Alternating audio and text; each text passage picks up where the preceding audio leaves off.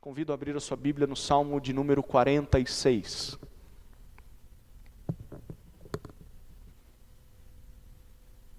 Salmo 46.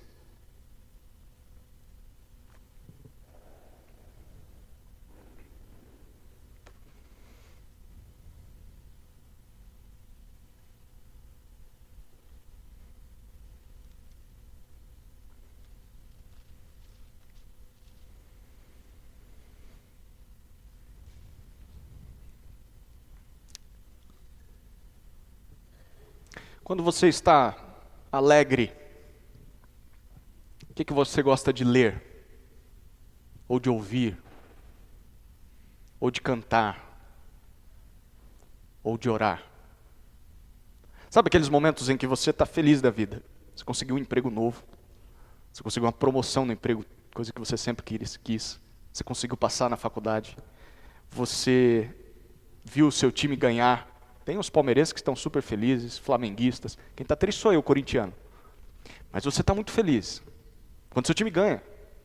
Ou você se casou ou está prestes de se casar, né, Alisson e Laís? Ou o filho nasceu, Juninho e Tiffany, Aaron e Joyce. O que você gosta de ler, ouvir, cantar, orar em momentos alegres? São maravilhosos momentos assim, não são? Mas e em momentos tristes? E em momentos em que as coisas não andam muito bem? O que você gosta de ler? O que você ouve? O que você canta? O que você ora? Quando tudo parece que está dando errado. O que você faz quando está diante de uma tribulação? Ou de várias tribulações? Queridos, o livro dos Salmos foi escrito para responder esse tipo de pergunta. Na leitura dos Salmos nós percebemos que ele contém poesias que podem ser lidas tanto em momentos alegres, mas também poesias que podem ser lidas, cantadas, oradas em momentos tristes. E o Salmo de número 46, ele se encaixa nesse segundo exemplo.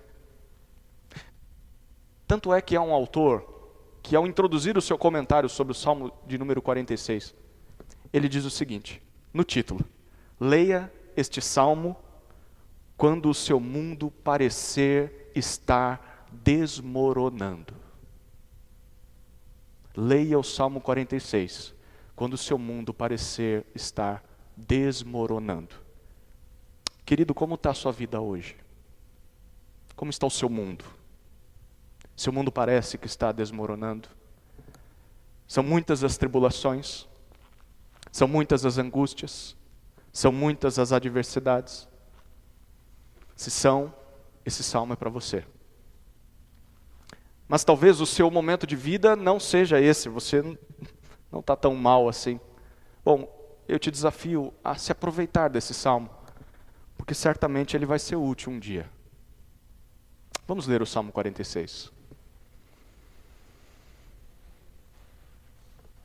Deus é o nosso refúgio e fortaleza, socorro bem presente nas tribulações. Portanto, não temeremos, ainda que a terra se transtorne e os montes se abalem no seio dos mares, ainda que as águas tumultuem e espumejem e na sua fúria os montes estremeçam. Há um rio cujas correntes alegram a cidade de Deus, o santuário das moradas do Altíssimo. Deus está no meio dela, jamais será abalada. Deus a ajudará desde o romper da manhã. Bramam nações, reinos se abalam, Deus faz ouvir a sua voz e a terra se dissolve. O Senhor dos exércitos está conosco, o Deus de Jacó é o nosso refúgio. Venham contemplar as obras do Senhor, que tem feito desolações na terra. Ele faz cessar as guerras até os confins do mundo, quebra o arco, despedaça a lança, queima os carros no fogo. Aquietem-se e saibam que eu sou Deus.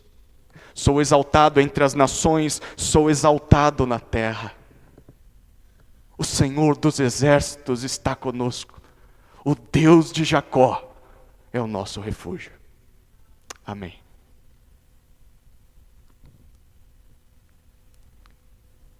O que pode nos trazer esperança em meio às tribulações?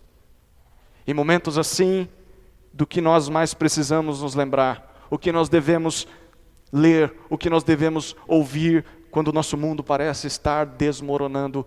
Esse salmo nos apresenta 3 verdades a se lembrar em meio às tribulações. A primeira verdade é que Deus é o nosso refúgio e fortaleza. Em meio às tribulações, Deus é o nosso refúgio e fortaleza. Olhe comigo novamente os versículos 1 a 3. Deus é o nosso refúgio e fortaleza, socorro bem presente nas tribulações. Portanto, não temeremos, ainda que a terra se transtorne e os montes se abalem nos seios dos mares, ainda que as águas tumultuem e espumejem e na sua fúria os montes estremeçam. Deus é o nosso refúgio e fortaleza. Esse salmo foi escrito, talvez na sua Bíblia esteja aí um subtítulo, pelos filhos de Corá, os coraitas. Quem foram esses homens? Eles eram pessoas que serviam no templo de Deus, faziam parte da tribo de Levi, os levitas. E o trabalho dos levitas consistia em basicamente 3 coisas. Primeiro, eles auxiliavam os sacerdotes nos sacrifícios, colocavam a mão na massa ali no sacrifício dos animais.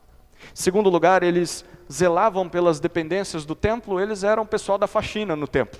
E quando sobrava tempo, eles cantavam. Tá? Então tem muito levita hoje em dia aí que não quer colocar a mão na massa, né? Esses levitas trabalhavam. Eles dirigiam o culto ao Senhor, a parte da música no culto. Os estudiosos acreditam que esse salmo aqui foi escrito logo após um dos eventos mais importantes na história do povo de Deus. Tanto é que essa história é repetida em 3 livros. Em 2 Reis, capítulo 18 e 19, em 2 Crônicas, capítulo 32, e no livro de Isaías, capítulos 36 e 37. Nessas passagens, essas 3 que eu citei aqui, nós lemos a respeito de um conflito que aconteceu por volta do ano 701 a.C. Um conflito entre o rei da Assíria, que era Senaqueribe, e o rei de Judá, que era o rei Ezequias. Nessa ocasião, Senaqueribe, que era o rei da maior e mais cruel nação da época, o maior poderio militar, a nação mais temida, Senaqueribe, ele invadiu Judá e conquistou os vizinhos da cidade de Jerusalém, todos os povos. Judá, perto da Assíria, era isso aqui, uma nação quase que insignificante. E depois de conquistar as nações ao redor, Senaqueribe sitiou Jerusalém para derrubar Jerusalém. Só faltava isso, para que todo o povo de Deus fosse exterminado de uma vez por todas. E o que acontecia num sítio como esse? O inimigo cercava a cidade, os seus portões, as suas saídas e entradas, para impedir que as pessoas saíssem e entrassem na cidade. Então, as pessoas ficavam sem comida, sem bebida, sem água, e elas só tinham uma opção. Se rendiam cedo ou tarde, mas uma hora ou outra eles perderiam a batalha.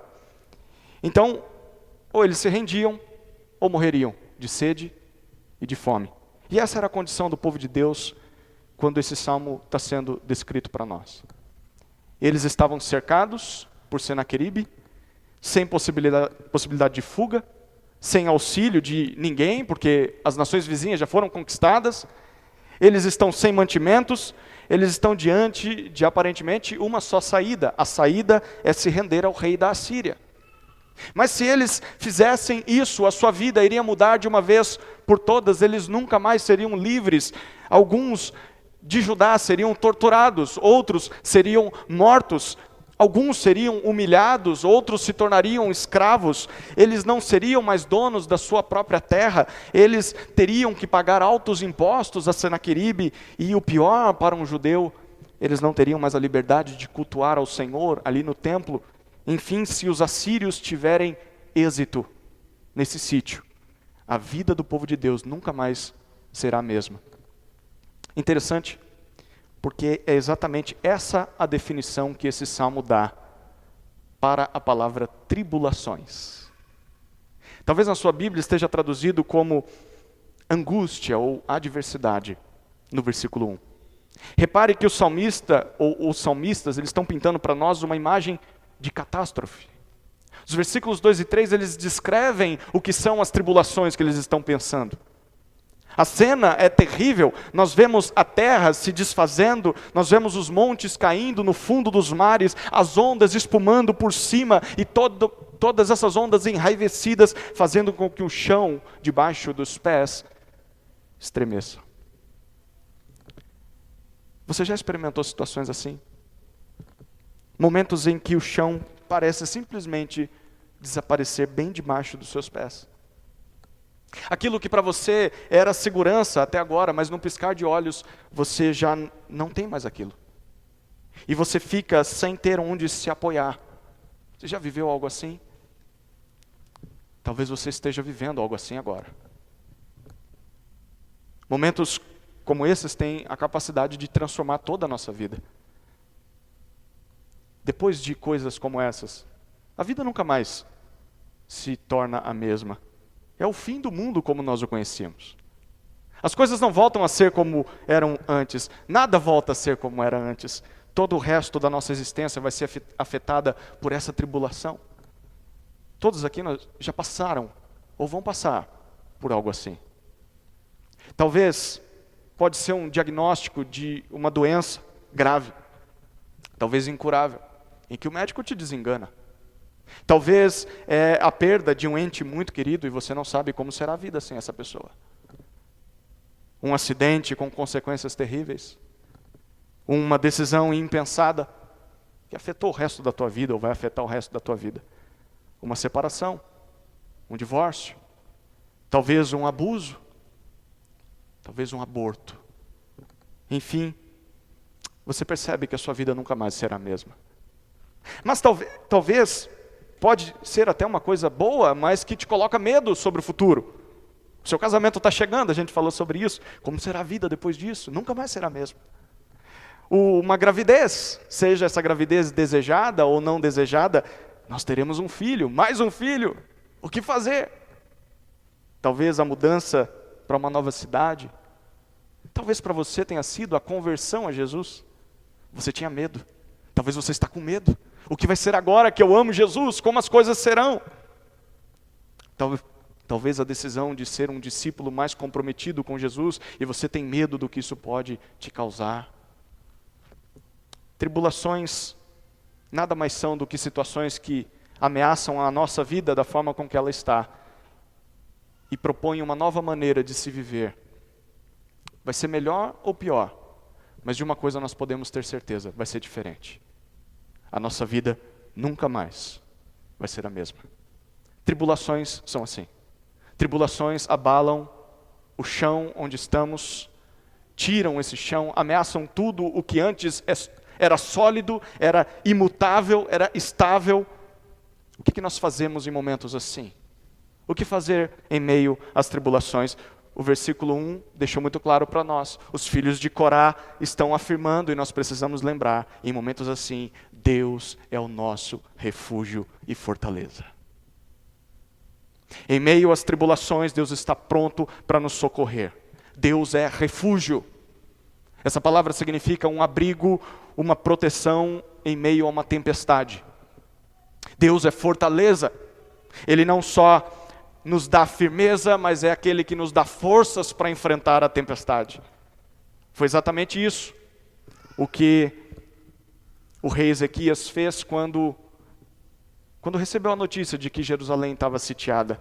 Lá em Isaías capítulo 37, nós lemos que ele se humilha quando ele ouve essa notícia, Ele reconhece diante de Deus as suas limitações, os seus pecados, ele confessa, ele pede perdão, mas em segundo lugar, ele ora pedindo socorro. Ele reconhece, Deus, só o Senhor pode nos salvar, homem nenhum tem poder de fazer isso. E em terceiro lugar, é impressionante, ele procura o profeta Isaías, porque ele quer ouvir o conselho do Senhor. O que fazer, Senhor, em momentos assim? E sabe o que Isaías disse para o rei? Deixa o seu dedo em Salmo 46, abra rapidamente em Isaías capítulo 37, versículos 5 e 6. Isaías 37, 5 e 6.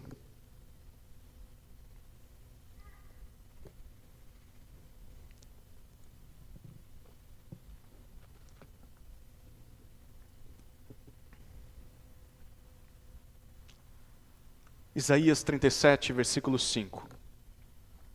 Os servos do rei Ezequias foram falar com Isaías, que lhes disse: digam ao rei o seguinte: assim diz o Senhor, não tenha medo por causa das palavras que você ouviu, com as quais os servos do rei da Assíria blasfemaram contra mim. Eis que porei nele um espírito, e ele, ao ouvir certo rumor, voltará para a sua terra, e lá eu farei com que ele seja morto à espada. Perceba o que Deus diz para Isaías, em especial no versículo 6. E Isaías diz isso para o rei Ezequias: Ezequias, não tenha medo. Ezequias, não tenha medo, eu vou vencer essa batalha por vocês. Eu vou derrotar o rei da Assíria. Queridos, em meio às tribulações, lembre-se, Deus é o nosso refúgio e fortaleza. Em meio aos terremotos da vida, quando tudo parece perdido, Deus é o único que é o socorro bem presente nas tribulações. Deus é aquela coluna sólida onde nós podemos nos agarrar, mesmo que tudo ao nosso redor pareça estar esfarelando, sumindo, evaporando. Perceba, Deus não nos impede de passar por tribulações, como Ele não impediu Ezequias e o povo de Judá de passar por essa angústia. Mas Deus nos sustenta em meio às tribulações. Nos sustenta para que nós possamos ser capazes de enfrentar as tribulações.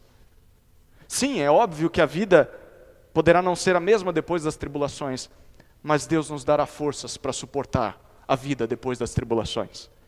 Foi isso que Deus fez com Ezequias e o seu povo, e é isso que Deus continua fazendo até hoje. Então, queridos, não precisamos temer.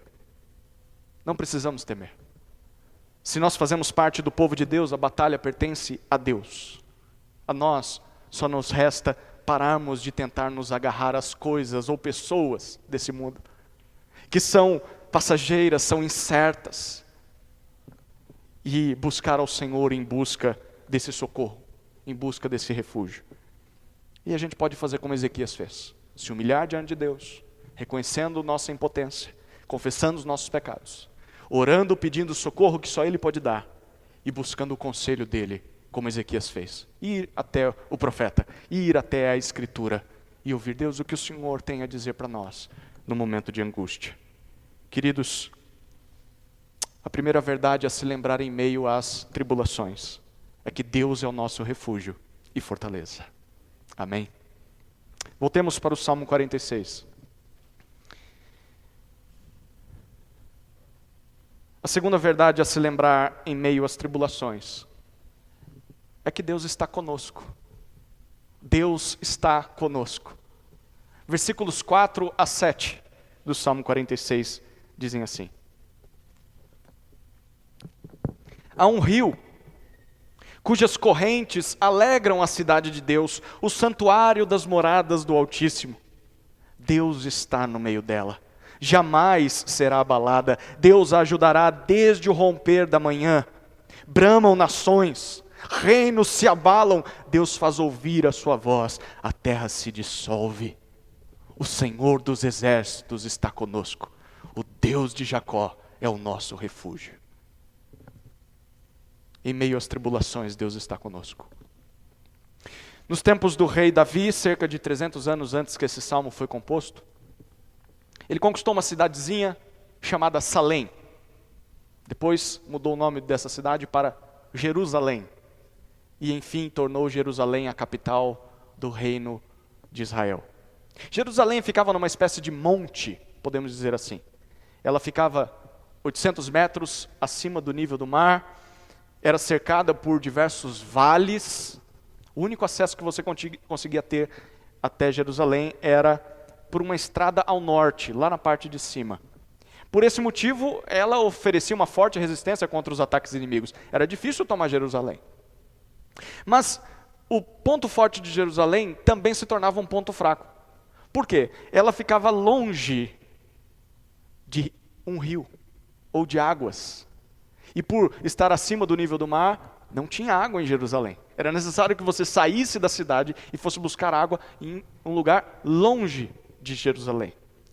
Essa dificuldade foi experimentada pelo rei Davi, foi experimentada pelo rei Salomão e por todos os outros reis que sucederam esses dois homens, até que Ezequias assumiu o trono.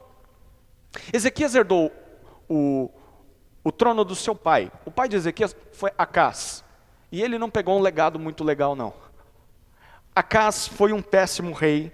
Acás foi idólatra, um homem que não temia Deus. E ele facilitou a idolatria em Israel, em Judá. Não só facilitou, mas ele incentivou, criando estátuas, fazendo com que as pessoas se dobrassem aos deuses falsos. E Ezequias observava tudo aquilo. Acás morreu, Ezequias assumiu o trono aos 25 anos de idade. E o que Ezequias fez? Algo completamente diferente do seu pai. Ele temeu ao Senhor. E por temer ao Senhor, Ezequias produziu diversas reformas espirituais em meio ao povo, começando por derrubar aqueles ídolos que seu pai tinha levantado. Ele reacendeu a chama do culto a Deus em Jerusalém. E ele fez diversas melhorias ali na cidade para que todo mundo que quisesse vir cultuar a Deus em Jerusalém conseguiria chegar.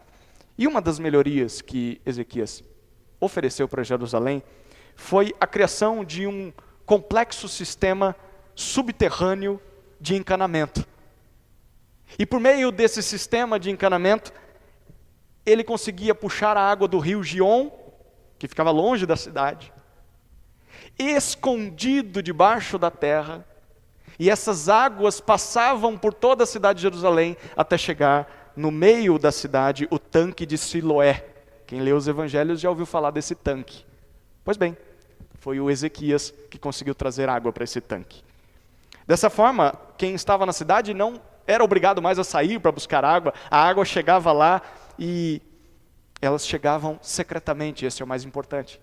Porque o inimigo não sabia disso. E qualquer um que chegasse e fizesse um cerco em Jerusalém, impedindo que as pessoas entrassem ou saíssem, achava que eles morreriam de sede, mas ele mal sabia que as águas estavam vindo secretamente para nutri-los. E é exatamente isso que os filhos de Corá afirmam nos versículos 4 e 5. Eles basicamente estão dizendo, os assírios nos cercaram, eles acharam que tinham impedido nosso acesso à água, mas eles ignoraram que nós tínhamos águas secretas para nos sustentar a vida. Queridos, Israel era o povo escolhido por Deus na terra, e Jerusalém era considerada a sua cidade, a sua habitação entre os homens. Porque lá ficava o templo, lá era onde céus e terra se encontravam, no templo. Por isso os salmistas dizem nesses versículos, que nesta cidade onde o Altíssimo habita, há um rio de águas cristalinas que abastecem o povo continuamente, trazendo alegria para a população. Mesmo que o exército assírio esteja cercando Jerusalém, o povo não vai morrer de fome, o povo não vai morrer de sede, porque Deus está na cidade e Deus não vai permitir que a sua população seja abalada. Mesmo que as nações se enfureçam, eles dizem nos versículos 6 e 7, mesmo que as nações se agitem contra o povo de Deus, Deus está presente entre eles, para dar refúgio para eles e para abalar as estruturas dos inimigos. Queridos, não é verdade que muitas vezes nossas tribulações se parecem com esse cerco a Jerusalém? Pense comigo um pouquinho sobre isso. Nas tribulações parece que Há um inimigo diante de nós, que ameaça as nossas vidas, que está dedicado a nos fazer definhar,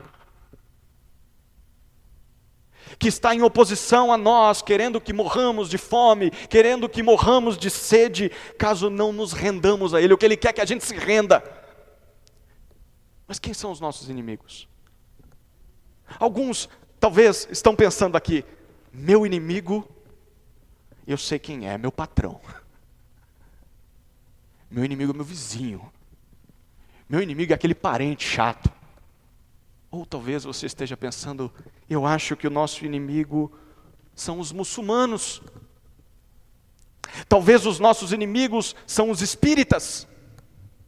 São os católicos. Os nossos inimigos são os ateus, os descrentes.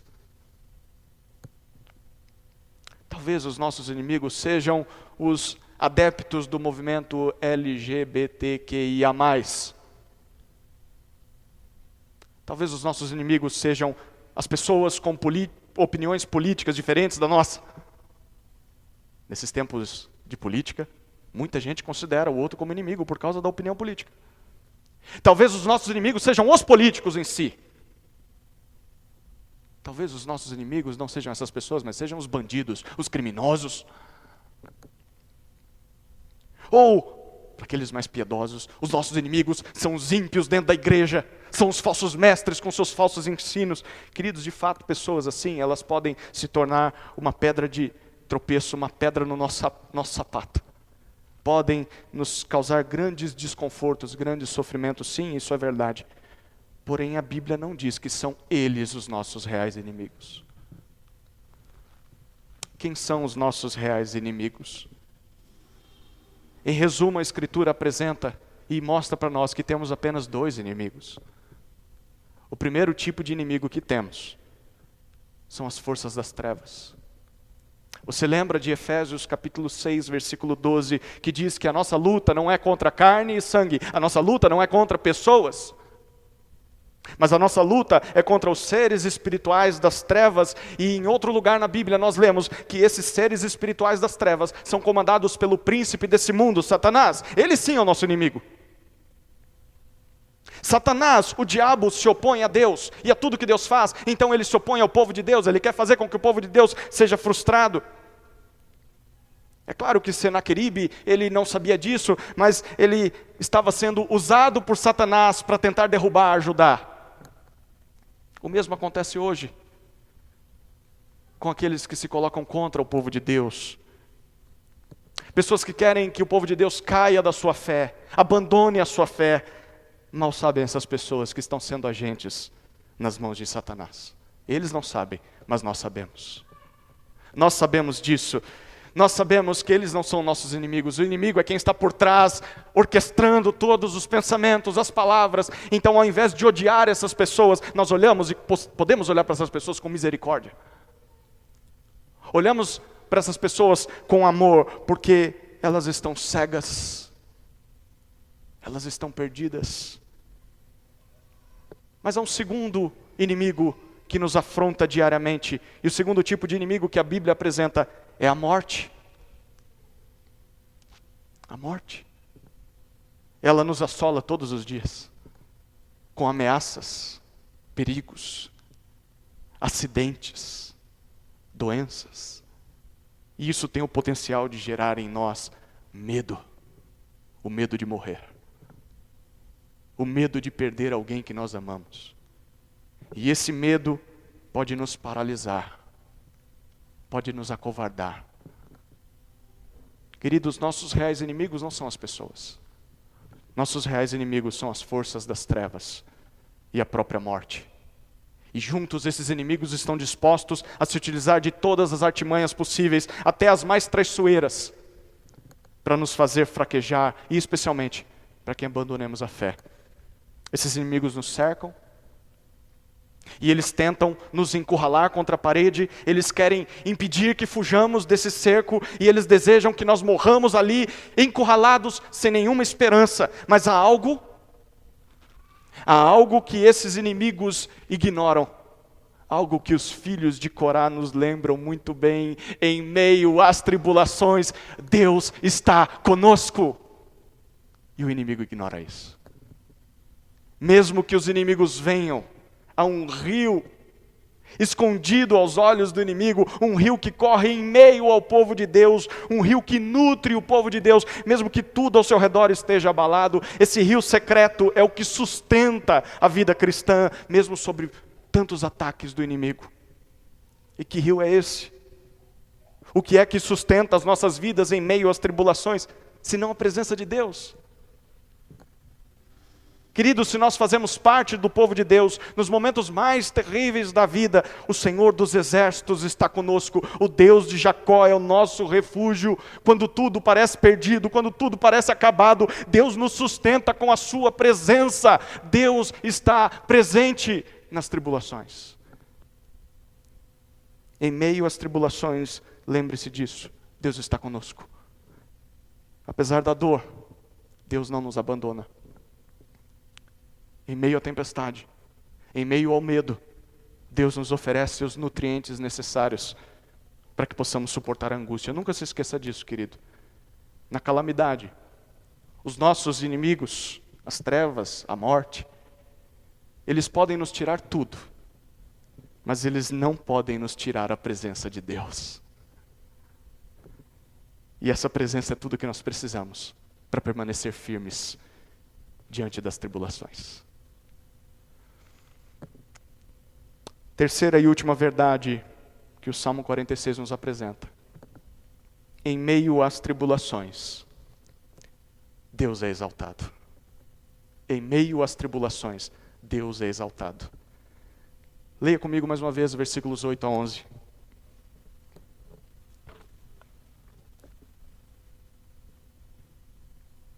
Venham contemplar as obras do Senhor, que tem feito desolações na terra. Ele faz cessar as guerras até os confins do mundo, quebra o arco, despedaça a lança, queima os carros no fogo. Aquietem-se e saibam que eu sou Deus. Sou exaltado entre as nações, sou exaltado na terra. O Senhor dos exércitos está conosco. O Deus de Jacó é o nosso refúgio. Queridos, em meio às tribulações, Deus é exaltado. Apesar de ter águas secretas para abastecer a vida lá dentro de Jerusalém, Ezequias sabia que aquele cerco não duraria muito, se durasse muito tempo. Uma hora ou outra a cidade ia cair. Então o que Ezequias fez? Como nós já vimos, Ezequias procura o conselho do profeta Isaías. E quando ele chega em Isaías, o que Isaías diz para ele? Vamos voltar lá para Isaías 37, rapidamente. Isaías capítulo 37, versículos 33 a 35. Isaías 37, 33 a 35.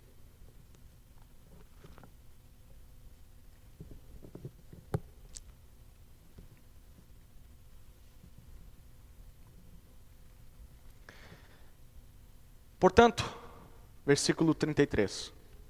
Assim diz o Senhor a respeito do rei da Síria, Ezequias: ele não entrará nesta cidade, nem lançará nela flecha alguma, não virá diante dela com escudo, nem construirá rampas de ataque contra ela. Pelo caminho por onde vier, por esse voltará, mas nesta cidade não entrará, diz o Senhor, porque eu defenderei esta cidade para a livrar, por amor de mim e por amor do meu servo Davi. Olha o que Isaías diz para Ezequias. Você não vai precisar, Ezequias, utilizar o seu pequeno exército para tentar conter os avanços dos assírios. Isso porque Senaqueribe, ele não vai lançar uma flecha sequer contra a cidade, porque o próprio Deus vai defender essa cidade. O próprio Deus vai afugentar os inimigos que vão fugir envergonhados, de medo. Mas como isso seria possível? Como um exército tão grande, um exército tão experiente na batalha, um exército como esse poderia ser derrotado por Judá, pelo povo de Ezequias? Isaías apresenta o plano de Deus, a estratégia de Deus a partir do versículo 36. De 36 até 38. Então o anjo do Senhor saiu e matou 185.000 homens no arraial dos assírios. De manhã, quando os restantes se levantaram, lá estavam todos aqueles cadáveres. Então Senaqueribe, rei da Assíria, levantou o acampamento, foi embora, voltou para Nínive e por lá ficou. Certo dia, quando ele estava adorando no templo de seu deus Nisroque, os seus filhos, Adrameleque e Sarezer, o mataram à espada. Depois fugiram para a terra de Ararat. E Esar-Adom, filho de Senaqueribe, reinou em seu lugar. Uau! Durante aquela madrugada, o próprio anjo do Senhor saiu da cidade e matou 185.000 soldados assírios. Senaqueribe bateu em retirada, envergonhado. Voltou para a capital da Síria, Nínive. E ali a derrota final aconteceu. Uma conspiração ao trono. Ironicamente, enquanto Senaqueribe estava cultuando o seu Deus no templo, seus 2 filhos o assassinam e ele perde o trono. De fato, tudo o que Deus prometeu, Deus cumpriu. E destruiu os inimigos de Israel, de Judá. Volte para o Salmo 46. E é para isso que os salmistas querem que nós olhemos. Para essa vitória de Deus. Nos versículos 8 e 9, eles nos convidam a sairmos da cidade. Eles dizem: ei, o cerco acabou. Venham ver onde os assírios estavam acampados. E então, fora da cidade, nós contemplamos o que aconteceu com o exército assírio. Ficaram só os cadáveres, não ficou mais ninguém. Cadê o rei da Síria? Não está mais aqui. Os versículos 8 e 9 dizem que o Senhor deixou os seus inimigos desolados, Ele quebrou os seus arcos, Ele queimou as suas carruagens de guerra. E enquanto o povo de Deus está contemplando aqueles 185.000 soldados mortos, no versículo 10, Deus se dirige a eles, provavelmente através da vida de Isaías. E pela boca do profeta, Deus diz assim: aquietem-se. Aquietem-se e saibam que eu sou Deus, sou exaltado entre as nações, sou exaltado na terra. Por meio dessas palavras é como se Deus estivesse dizendo: não se desesperem, acalmem-se. Se a luta é contra o meu povo, então a luta é contra mim. Lembre-se de que eu é quem sou Deus. Não são os ídolos de Senaqueribe, não são os ídolos de qualquer nação que seja. Eu estou acima de todos eles. Eu estou acima de todas as nações da terra. Não há exército capaz de me derrotar. Queridos, como é que alguém responde a palavras como essas? Bom, podemos responder junto com o povo no versículo 11. O Senhor dos exércitos está conosco. O Deus de Jacó é o nosso refúgio. Por que é importante lembrar disso? Você reparou que essas duas expressões, o Senhor dos exércitos e Deus de Jacó, elas já apareceram antes, lá no versículo 7. O que elas significam? Já se perguntou sobre isso? Por que os salmistas escolheram exatamente esses 2 títulos para se referir a Deus? Bom, aparentemente essas 2 expressões estão ligadas uma à outra, e a chave em compreendê-las é estudando sobre a vida de Jacó, o Deus de Jacó. Quem foi Jacó? Você lembra quem foi Jacó? Jacó foi o segundo filho de Isaac. Isaac foi filho de Abraão. Abraão, lembra dele? É aquele homem a quem Deus prometeu que através da sua descendência, Deus abençoaria todas as nações da terra. Mas Jacó não parece se encaixar nesse tipo de herói. O nome de Jacó, literalmente, significa aquele que engana, o trapaceiro. Desde o ventre da sua mãe, Jacó agiu traiçoeiramente, e isso colocou ele em muitos conflitos. O maior de todos os conflitos que Jacó enfrentou na sua vida foi com o seu irmão gêmeo, ele enganou o seu irmão. E ele roubou o direito que o seu irmão tinha de filho mais velho. Por isso ele teve de fugir.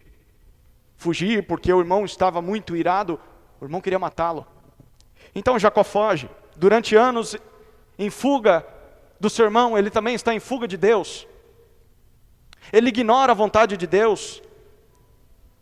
Mas aos poucos o coração dele foi sendo amolecido pelo Senhor, até que Jacó entende que tem que voltar para sua terra.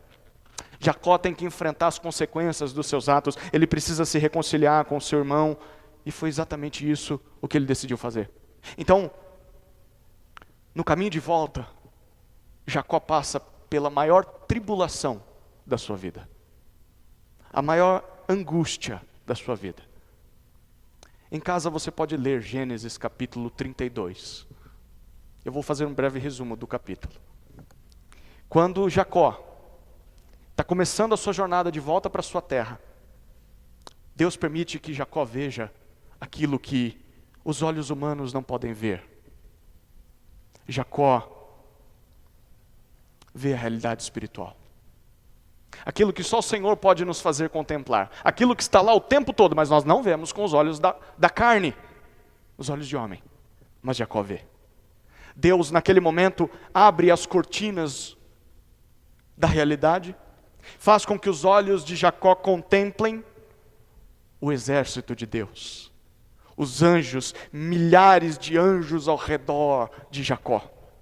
E daquele dia em diante, Jacó entendeu que o Deus dos exércitos, junto com o seu exército de anjos, estava com ele. Se fosse para cumprir a vontade de Deus, de abençoar todas as nações, Jacó sabia, o Deus dos exércitos está comigo para me ajudar. O seu exército de anjos, os seus milhares, incontáveis anjos estão comigo e vão me ajudar a me reconciliar com meu irmão Esaú. Então ele continua na sua jornada de volta para casa. Mas durante esse retorno, algo inesperado acontece. Na calada da noite, Jacó ainda está com medo, ele não sabe se o seu irmão vai receber ele com ódio, com rancor, com mágoa, depois de tantos anos querendo matá-lo, ou se o seu irmão irá recebê-lo com perdão. Então o que ele faz? Ele espalha a família, ele manda em partes, e ele fica sozinho, e enquanto ele está sozinho, na calada da noite, um homem misterioso aparece e começa a lutar contra Jacó. Quem será esse homem? Jacó tenta se defender e Jacó luta com ele naquela noite. E a luta é tão intensa que o homem fere a coxa de Jacó, de forma que Jacó fica debilitado. Então naquele momento Jacó percebe que aquele não é qualquer homem. Na verdade, Jacó percebe que aquele é o próprio anjo do Senhor em pessoa. O mesmo anjo que matou 185.000 soldados assírios. Está lutando contra Jacó face a face. Por isso Jacó pede e implora ao Senhor: Senhor, me abençoe. Me abençoe na minha jornada. E o anjo do Senhor concede o pedido, mas com um detalhe. O Senhor muda o seu nome. Jacó, a partir de hoje, você não será mais chamado de enganador de Jacó, mas será chamado de Israel. Sabe o que significa Israel? No final, Deus é quem prevalece. Israel significa, no final, Deus é quem vence. Todos podem tentar combater Deus, mas Deus é vitorioso sobre qualquer um. E é assim que Jacó, cujos 12 filhos se tornam as 12 tribos de Israel, é assim que Jacó vai se encontrar com seu irmão Esaú. Ele não sabe se o seu irmão vai perdoá-lo ou se vai querer matá-lo, mas ele vai. E na jornada, na maior de suas tribulações, Jacó está em duas situações. Primeiro, ele tem o Senhor dos exércitos com ele. Todos os exércitos de anjos estão junto com Jacó para que Jacó cumpra a vontade de Deus. Mas a segunda situação em que Jacó se encontra é que ele está mancando. Ele está fraco. Ele está debilitado. Para que ele se lembre, o tempo todo, porque o nome dele foi mudado, que no final das contas a vitória pertence ao Senhor. É Deus quem prevalece. E se Jacó quiser vencer, ele vai ter que depender de Deus, e não na sua própria força. Queridos, é isso que os filhos de Corá querem que nós lembremos, ao dizer que o Senhor dos exércitos está conosco, o Deus de Jacó é o nosso refúgio. Em meio às nossas tribulações, Deus é exaltado. Deus está acima de qualquer rei, Deus está acima de qualquer reino, Deus está acima de qualquer exército, Deus controla o exército dos anjos, Deus é o Senhor dos exércitos, e por meio desse exército, Deus protege o seu povo. No final das contas, Deus prevalece, não há inimigo que se coloque contra Deus e contra o povo de Deus que não vai ser derrotado. Sim, Deus vai abençoar o seu povo. Mas durante a batalha, Deus vai lembrar o seu povo de que a vitória não é por causa da sua força, mas a vitória depende de Deus. Por isso, em meio às tribulações, o povo de Deus precisa depender dele. Talvez você esteja mancando até hoje, para que você lembre disso. Não depende de mim, depende de Deus. Essa é a terceira informação em meio às tribulações. Deus é exaltado. E um exemplo disso está na forma com que Deus venceu os assírios. A vitória de Deus contra os 185 mil assírios é só mais uma dentre tantas outras vitórias que Deus já concedeu ao seu povo. Quando você lê a Bíblia, você vê diversas vitórias que Deus concedeu ao seu povo. E querido, é só olhar para o passado e você vai lembrar de tantas vitórias que Deus concedeu à sua vida. Quantas não foram as batalhas, quantas não foram as tribulações. Deus estava presente, Deus estava exaltado o tempo todo, te sustentando, te conduzindo, te fazendo vencer os inimigos. Deus é exaltado. E essas vitórias, elas são um vislumbre para nós daquilo que vai acontecer no último dia, no dia em que Deus vai derrotar todos os seus inimigos de uma vez por todas. Então, diante disso, nós devemos nos aquietar. Aquietem-se. Em meio à tribulação, aquietem-se. Saibam que eu sou Deus, reconheçam as suas limitações, dependam exclusivamente da minha força. Eu sou o Senhor dos exércitos, eu sou o Deus de Jacó, eu estou com vocês, eu estou com o meu povo. Aquietem-se e saibam que eu sou Deus. Queridos, essa é a mensagem que os filhos de Corá queriam transmitir aos seus leitores no Salmo 46. Em meio às tribulações, Deus é o nosso refúgio. Ele está conosco e Ele é exaltado. Em meio às tribulações, Deus é o nosso socorro, é o nosso refúgio e fortaleza. Deus está conosco e Deus é exaltado. Essa foi a lição que Ezequias e o povo de Judá aprendeu na ocasião do cerco de Senaqueribe contra Jerusalém. Você acha que a história acabou aqui? Ufa, final feliz. Coisa nenhuma. Coisa nenhuma. Com o passar do tempo, os judeus esqueceram dessas verdades. E exatamente 104 anos depois dessa vitória, um outro rei de uma outra nação, uma nação que conquistou a Assíria, ele se levanta contra Judá e faz aquilo que Senaqueribe não conseguiu fazer. No ano 597 a.C., como disciplina a rebeldia do seu povo, Deus permite que o rei da Babilônia, Nabucodonosor, consiga invadir Jerusalém. E Nabucodonosor acaba com tudo. Destrói a cidade, destrói o templo. E depois disso, Judá nunca mais foi a mesma nação. Judá passou a ser dominada por outros povos, perdeu o direito sobre a sua própria terra, nunca mais teve o culto no templo como antigamente. Mas o que aconteceu com aquela história de cidade inabalável? A morada do Altíssimo que não será invadida, conquistada. Será possível que os deuses babilônios são mais fortes que o Senhor dos exércitos? Se Jerusalém foi conquistada, Deus perdeu o seu lugar de habitação, onde Ele mora agora. Onde está Deus se a cidade de Jerusalém caiu? De forma alguma. Deus não caiu quando a cidade caiu. Acontece que para Deus aquela cidade terrena de Jerusalém sempre foi uma representação de outra cidade. Uma cidade perfeita, uma cidade inabalável, uma cidade eterna, a Nova Jerusalém.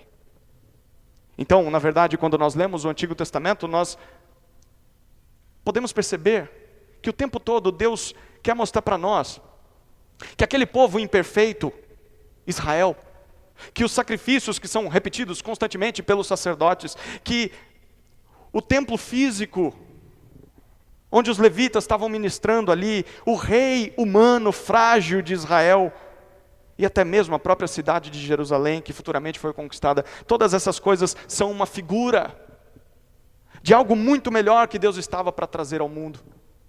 Um dia Deus iria enviar um rei perfeito, um rei que realizaria um único sacrifício final para o perdão definitivo dos pecados do povo, um rei que tornaria esse povo o novo templo.